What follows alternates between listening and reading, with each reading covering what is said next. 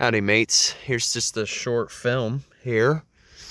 We have in front of me what is known as the Miterwort, which belongs to the saxifrage family. And I tell you what, after nearly 3 years of not seeing them and to finally reunite, it's awesome. It's like finding an old friend. But the reason why it's called Miterwort is if you look very closely here, you'll notice along the stem there's a bundle of small fern-like flowers.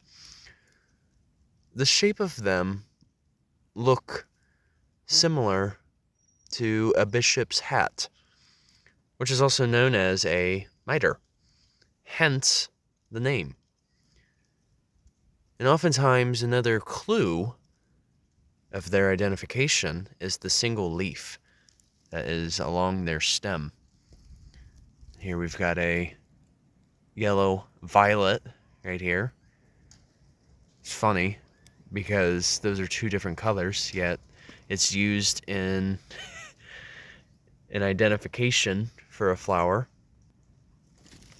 And then beside me, we have the Toadshade Trillium, which is one of several species of Trillium.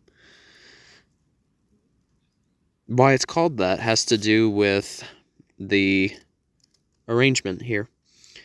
There's 3 prominent petals that have a maroon-like color. And oftentimes, Trillium will have a bundle of 3 leaves, or in this case, sepals. Those are the outer leaves. But in terms of arrangement, this is described as a whorled. W-H-O-R-L-E-D.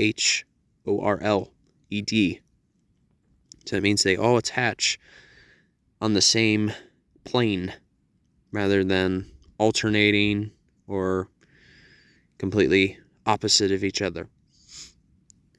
But it is noted that one should never remove trilliums in general from a set of woodlands, just because sounds like a downy woodpecker. As I was saying, I'm getting distracted easily. Trillium can take up to at least a decade for it to reestablish itself in a set of woodlands, and they're popular among our pollinators too. So if you ever want to have Trillium, you should go to a more native nursery, and oftentimes they will only extract them at a very low percentage. In other words, you should respect how much you take from nature's pharmacy, essentially. Don't take more than you need, because if you do, that is known as exploitation. And oftentimes a lot of parks, whether it's a national, state, county level, oftentimes is against the law to pick wildflowers as well. So